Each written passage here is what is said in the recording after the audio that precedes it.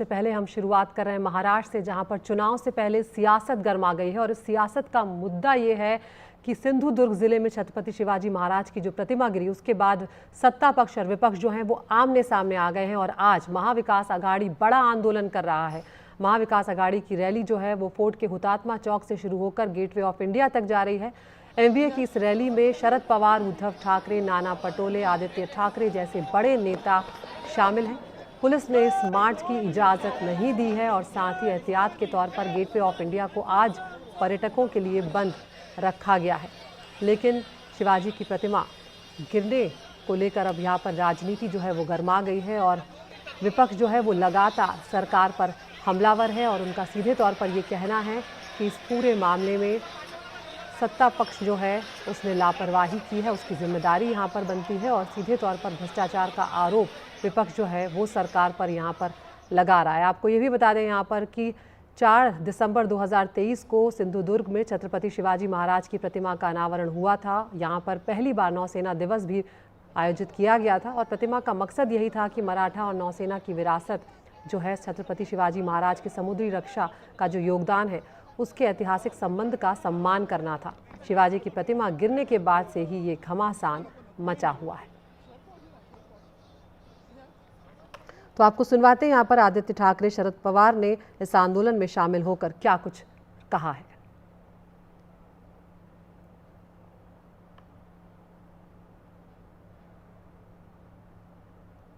महाराष्ट्र का अपमान है।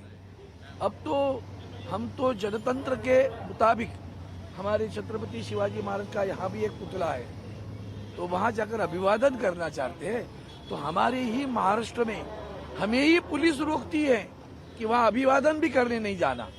यहाँ झंडे लगाए थे, भगवे दिखते हैं क्या कोई? रात को यहाँ 500 झंडे लगाए थे, भगवे गेरुए झंडे हमारे। झंडे निकालते हो आप लोग? गेरुए झंडे से भी नफरत आई क्या आपको? हिंदुत्व की बात करते हो वो कभी मांगी, वो भी तो बताओ। राजनीतिक है ना स्टेटमेंट भाई, प्रधानमंत्री हर स्टेटमेंट राजनीतिक करते हैं।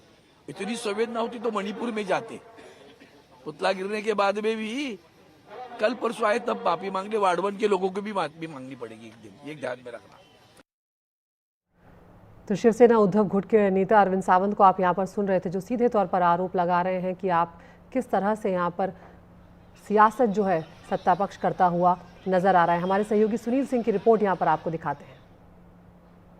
ये शुरू हो चुका है। यहाँ पर उद्धव ठाकरे दिखाई दे रहे हैं, नाना पटोले हैं और सभी मोर्चा, संजय राउत हैं। मोर्चा तेजी से यहाँ से आगे बढ़ते हुए दिख रहा है हुतात्मा चौक से। यहाँ पर आदित्य ठाकरे भी दिख रहे हैं। बड़ी संख्या में जो कार्यकर्ता हैं, पदाधिकारी हैं, एमवीए के नेता हैं, चाहे वो कांग्रेस के हों, शिवसेना यूबीटी के हों या फिर राष्ट्रवादी कांग्रेस पार्टी शरद पवार गुट के हों, सभी देखिए यहाँ पर बाकायदा इस मोर्चे में शामिल हुए हैं। पहले बताया जा रहा था कि मोर्चा शायद यहाँ पर रोक दिया जाएगा, लेकिन मोर्चे को वहाँ पर रोका नहीं गया, बल्कि मोर्चा अब आगे बढ़ता हुआ यहाँ पर जा रहा है। हमें यहाँ पर दिखाई पड़ रहे हैं, देखिए हुसैन दलवाई कांग्रेस के जो लीडर हैं वो भी यहाँ पर हैं। तो ये मोर्चा अब बढ़ते हुए जा रहा है गेटवे ऑफ इंडिया की तरफ। हालांकि पुलिस ने कुछ इजाज़त नहीं दी है इस मोर्चे की, लेकिन जो भावनात्मक जिस तरह से जुड़ाव है छत्रपति शिवाजी महाराज के प्रति महाराष्ट्र के लोगों का, जिस तरह का जो मुद्दा है, संवेदनशील मुद्दा है, लिहाजा सरकार बहुत सख्ती नहीं बरतना चाहती है। इसीलिए भले ही इजाज़त नहीं है फिर भी मोर्चे को यहाँ की जाने दिया जा रहा है। उनके लिए बाकायदा व्यवस्था भी की जा रही है। हालांकि पहले कहा जा रहा था कि यहीं पर उन्हें रोक दिया जाएगा, लेकिन अब हम देख रहे हैं कि मोर्चे को आगे बढ़ने दिया जा रहा है। ये काला घोड़ा का जंक्शन है, इसके आगे जो है कि रिगल सिनेमा और गेटवे ऑफ इंडिया की तरफ जाता हुआ मोर्चा दिखाई पड़ रहा है। जो नेता हैं यहाँ पर आने के बाद हुतात्मा चौक पर उन्होंने श्रद्धा सुमन अर्पित किया शहीदों को और इसके बाद शरद पवार भी उसमें वहाँ पर थे। इसके बाद अब मोर्चा चलते हुए स्थिति में निकल चुका है। गेटवे ऑफ इंडिया पे छत्रपति शिवाजी महाराज के पुतले तक जाएगा और वहाँ पर मोर्चे का समापन होगा। वहाँ पर जो नेता है वो संबोधित करेंगे। तो ये एक ऐसा मामला है जिस पर सियासत लगातार गरमाई हो रही है और ये बता दें आपको कि जब ये मामले ने तूल पकड़ा था उसके बाद प्रधानमंत्री महाराष्ट्र के पालघर पहुंचे थे और इस पूरे मामले पर उन्होंने साफ तौर पर ये कहकर सिर झुकाकर माफ़ी भी मांगी थी कि शिवाजी महाराज की जो प्रतिमा गिरी है उसके लिए मैं शीश झुकाकर माफ़ी मांगता हूं। लेकिन यहाँ पर विपक्ष जो है उनका साफ तौर पर ये कहना है कि ये माफ़ी नहीं, राजनीति है और इसमें कार्रवाई होना चाहिए। जो भ्रष्टाचार हुआ है उस पर कार्रवाई होना चाहिए। और हम सीधा एक बार फिर से रुख कर रहे हैं अपने सहयोगी सुनील सिंह का, जो इस वक्त मुंबई में मौजूद हैं। और ये जो मार्च है विपक्ष का, ये अब शुरू हो चुका है। सुनील, तस्वीरें हमने अभी आपकी देखी, किस तरह से बहुत तेज़ी से ये जो पूरा काफिला है ये आगे बढ़ता हुआ नज़र आया, जिसमें उद्धव ठाकरे नज़र आ रहे हैं, आदित्य ठाकरे नज़र आ रहे हैं। किस तरह की भीड़ यहाँ पर नज़र आ रही है। और पुलिस के लिए आसान नहीं होगा, क्योंकि गेटवे ऑफ इंडिया जो है उसे भी पर्यटकों के लिए आज बंद किया गया है।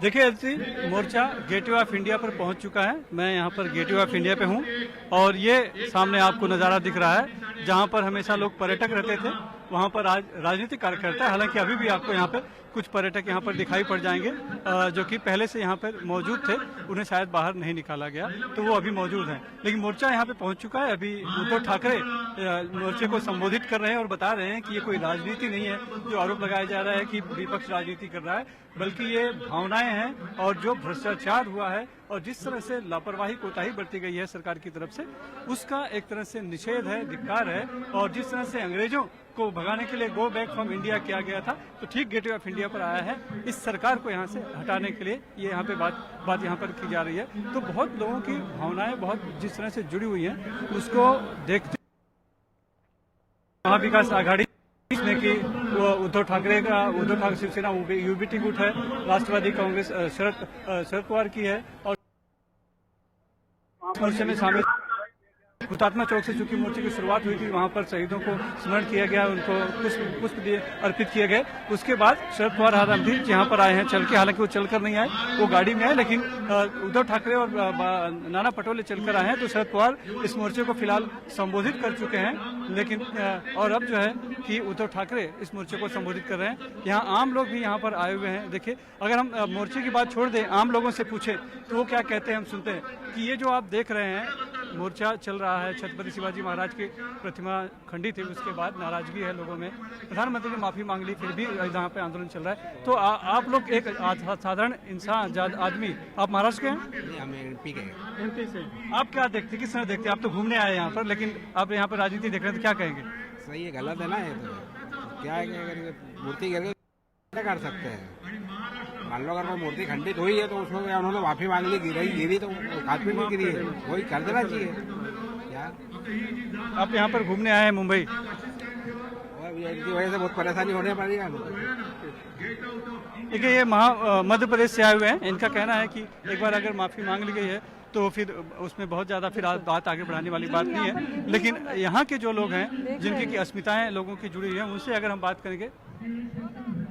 बिल्कुल सुनील, ये भी हम यहाँ पर देख रहे हैं कि किस तरह से दोनों ही पक्ष जो है इस मामले पर एक तरह से शक्ति प्रदर्शन करते हुए नजर आ रहे हैं। चुनाव जो है अब वो भी बहुत नज़दीक है। ऐसे में सुनील, ये मुद्दा वाकई जनता तक पहुँचने का मुद्दा है, ये ऐसा मुद्दा है जो टच करता है, क्योंकि महाराष्ट्र की जनता जो है उनके लिए शिवाजी महाराज एक बहुत बड़ी बात है।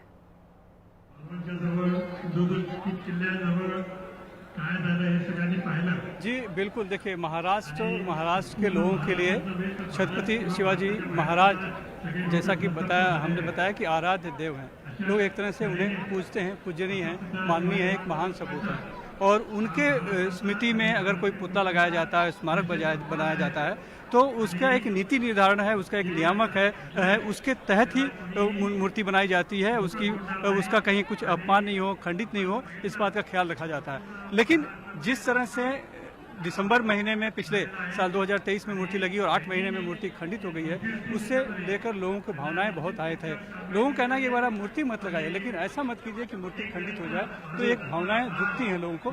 ये जनभावना जरूर लोगों के बीच में है, वो नाराजगी जरूर लोगों के बीच में है। ये जरूर है कि जिस तरह से खुद होकर प्रधानमंत्री नरेंद्र मोदी ने इसमें माफ़ी मांग ली है, और उससे कुछ लोगों को थोड़ी सी संतुष्टि जरूर मिली है, या फिर जो है वो जरूर हुआ है कि सरकार इसके प्रति गंभीर है। लेकिन साथ में उन्होंने जो वीर सावरकर का मुद्दा उसमें जोड़ दिया कि क्या वो लोग वीर सावरकर को भी के लिए माफ़ी मांगेंगे, ये जो है उसमें कहीं ना कहीं लोगों को लग रहा है कि उसमें भी प्रधानमंत्री ने माफ़ी मांगते मांगते भी कहीं राजनीति की है, और उसी का फायदा यहाँ पर विपक्ष लेता हुआ दिखाई पड़ रहा है। कि उसका कहना है कि जो प्रधानमंत्री ने माफ़ी मांगी वो माफ़ी दिल से नहीं थी बल्कि राजनीतिक माफ़ी थी, और राजनीतिक माफ़ी मान्य नहीं है। और बात सिर्फ माफ़ी की नहीं है, जिस तरह से कोताही बरती गई है, सीधे मुख्यमंत्री तक बात जा रही है कि उनका कोई करीबी है जो मूर्तिकार है, उसे मूर्ति बनाने का ठेका दिया गया, उसमें कहीं ना कहीं भ्रष्टाचार हुआ, इस तरह की जो बातें उठकर आ रही है। तो लोगों की मांग है कि इसकी जवाबदेही जरूर तय होनी चाहिए।